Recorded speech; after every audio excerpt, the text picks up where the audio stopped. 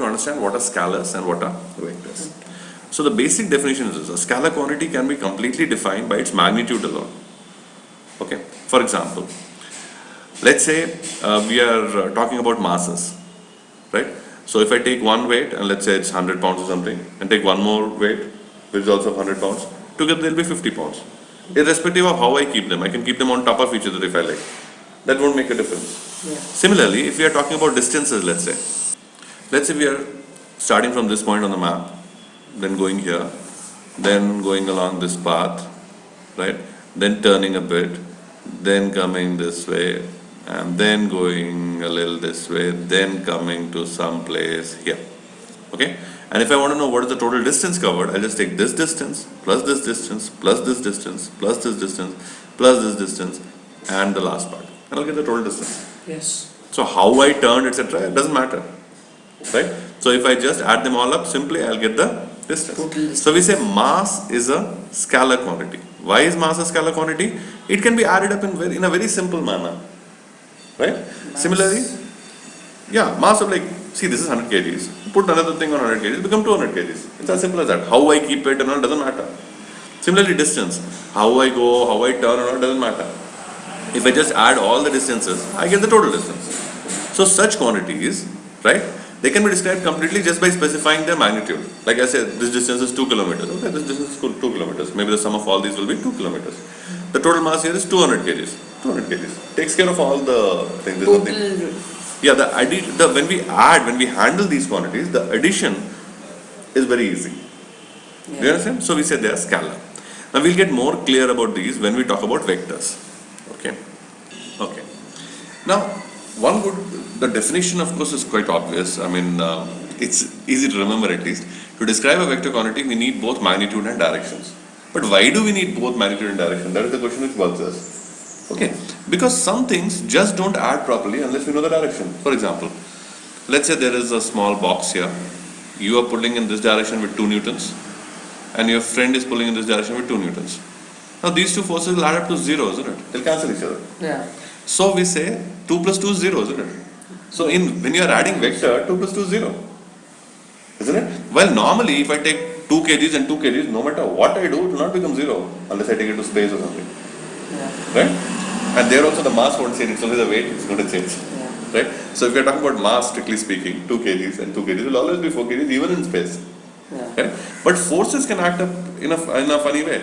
One force is going in this direction, another force is going in this direction. So let's say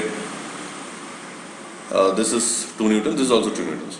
Okay, so one person is pulling like this, another person is pulling like this. In which direction will the box go? Both the directions. It can't go in both the directions. Okay, he's pulling from this way and that way. I'll Right? just stay. See, your friend is pulling in this direction and you are pulling in this direction. Now, in which way will this box go? It'll be going this way. You think it will go this way? No way, it can't go this way.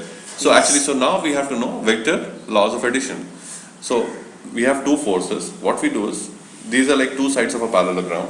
So we complete the parallelogram. We make one line like this and we make one line like this, such that this line has been parallel to this line and this line is parallel to this line. Then we just join this. See? Okay? Now this vector is the resultant vector. So this box is actually going to go in this direction. Okay? Precisely. Now let's say to represent 2 newtons, I have used 2 centimeters line here and 2 centimeters line here. Now all I have to do is with the scale, just measure this.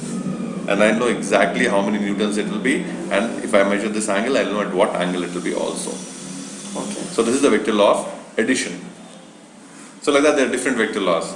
So when you're dealing with vectors, you have to follow the laws of vector algebra. You can't just say, okay, this 2, this 2, this will be 4. It doesn't work like that. Right? So like in the olden days, one of the ways people used to get very efficient in those days was having a lot of slaves. So you capture them, kick them, and tell them to work for free, pretty much. Okay?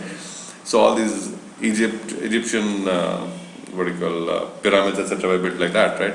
So basically they used to have a huge stone like this, let's say. Okay? They used to put these logs, right? Have you seen a log? Yes. Yeah, it's basically almost like a cylinder, right? Yeah. A straight tree trunk, right? So they should put that so it will roll up easily and then people used to pull. So let's say we have a stone here and I want it to go straight, right? I want it to go straight. Okay, so I'll have one set of people pull in this direction and one set of people perhaps pull in this direction. Now is my plan okay or not? How do I find out? Well, I just complete the parallelogram. See, and in which direction is it going? It's going like this, which is slightly away from straight. I'm sorry, Okay.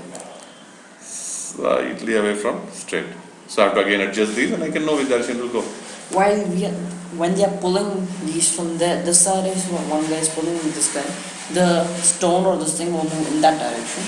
You have to find out in which direction. See, some people are pulling in this direction, some people are pulling in this direction. So to find out where the stone will move, we complete the parallelogram and join the diagonal. See, so this is the direction in which the stone will move. So the quantities, whichever quantity we are talking about, if its direction is important to predict how it will behave, then we need to treat it like a vector. And sometimes a quantity which has a direction, we can ignore its direction and say it doesn't matter, the direction doesn't matter. I'm just going to treat it like a scalar. Okay. For example, let's get back to our treatment of scalar, especially when we're talking about distance. So we're going from here to here to here to here to here. We don't bother which way we are going. We just want to get the total. Generally, we only want to know how much petrol we spent. Yeah. So we just want to find, okay, fine, how many kilometers was this whole journey? That's all. Right? But let's say you have to fly from here to this point. Now it will be really stupid to go like this, isn't it? Yeah. So can directly fly. then it will make more sense to know How much is it? how far is this distance, and that happens to be what is known as displacement. This. We'll be discussing that soon. The point I'm trying to make here is, even though we have this quantity called distance, we've gone like this, we can choose to ignore all that detail. We can say, okay, fine, we'll just take this distance and that becomes a displacement. Okay? Or let's say we are going straight like this. So yeah, actually you should consider the displacement also. You can consider. You can say, okay, fine, I'm going from here to here in this, say, 2 kilometers to the north direction or something. But then you're not interested in direction sometimes. So it's okay, forget it. I'm not interested in direction. I'll just take the distance. Okay.